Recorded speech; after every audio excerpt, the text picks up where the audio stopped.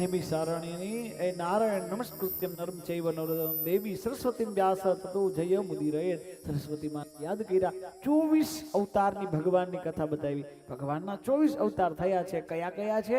પહેલા અવતારમાં ભગવાન સનતકુમાર બન્યા, બીજા અવતારમાં ભગવાન વરાહ બન્યા, ત્રીજા અવતારમાં નારદજી, ચોથા અવતારમાં નરનારાયણ, કપિલ ભગવાન, દત્તાત્રેય, યજ્ઞ નારાયણ, ઋષભદેવ, પૃથુ ભગવાન, મત્સ્ય, કુર્મ, ધન્વંતરી, મોહિની, વામન, નરસિંહ, પરશુરામ, વ્યાસ, રામ, બલરામ, કૃષ્ણ, બુદ્ધ અને કલ્કી. આમ 24 અવતાર ભગવાનની 24 અવતારની કથા બતાવી છે.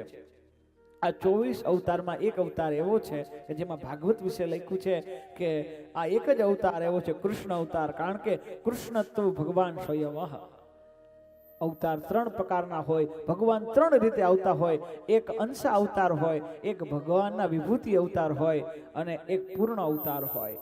એમાંથી 24 અવતારમાંથી 2 અવતાર ભગવાન રામના અને કૃષ્ણના 2 અવતાર એવો છે કે જે પૂર્ણ પુરુષોત્તમ અવતાર છે. જેમાં ભગવાન સાક્ષાત પ્રગટ થયા. બાકી બધાઓમાં અંશ આવ્યા છે ભગવાનના, અને ભગવાનના અંશો આવ્યા છે, અંશ અવતાર. ભગવાને જે લીલાઓ 24 અવતારમાં કરી છે એ બધી લીલા ભગવાન કૃષ્ણ અવતારમાં, એક જ અવતારમાં ભગવાને બધી લીલા કરી છે. મત્સ્ય અવતારમાં ભગવાન સત્યવતને જ્ઞાન આપ્યું છે, તો કૃષ્ણ અવતારમાં ભગવાન એ જ કૃષ્ણ અવતારમાં ભગવાન અર્જુનને જ્ઞાન અને ઉદ્ધવને જ્ઞાન આપ્યું છે. મત્સ્ય અવતારમાં એ જ્ઞાન આપ્યું. કુર્મ અવતારમાં ભગવાને મંદરાચલ ધારણ કર્યો છે, પોતાની પીઠ ઉપર મંદરાચલ ધારણ કર્યો છે. અને એ જ ભગવાન કૃષ્ણ અવતારમાં ભગવાને ગોવર્ધન ધારણ કર્યો છે. નરસિંહ અવતારમાં ભગવાને પ્રહલાદની રક્ષા કરી છે. કૃષ્ણ અવતારમાં ભગવાન ગોપીજનોની રક્ષા કરી છે. વરાહ અવતારમાં ભગવાન હિરણ્યાક્ષનો વધ કરે છે. કૃષ્ણ અવતારમાં ભગવાન કંસનો વધ કરે છે. રામ અવતારમાં ભગવાને સમુદ્રમાં પ્રવેશ કર્યો છે અને લંકા સુધી પહોંચ્યા છે, સેતુબંધ કર્યો છે. તો કૃષ્ણ અવતારમાં ભગવાને એ જ સમુદ્ર ઉપર દ્વારકા બનાવી છે.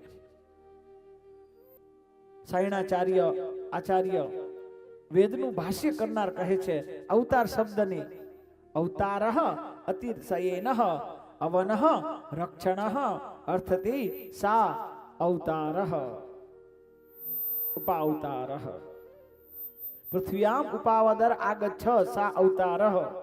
અવતારની અલગ અલગ ઋષિઓએ અલગ અલગ મહિમા ગાયો છે. અવતારઃ, અવતાર કેને કહેવાય?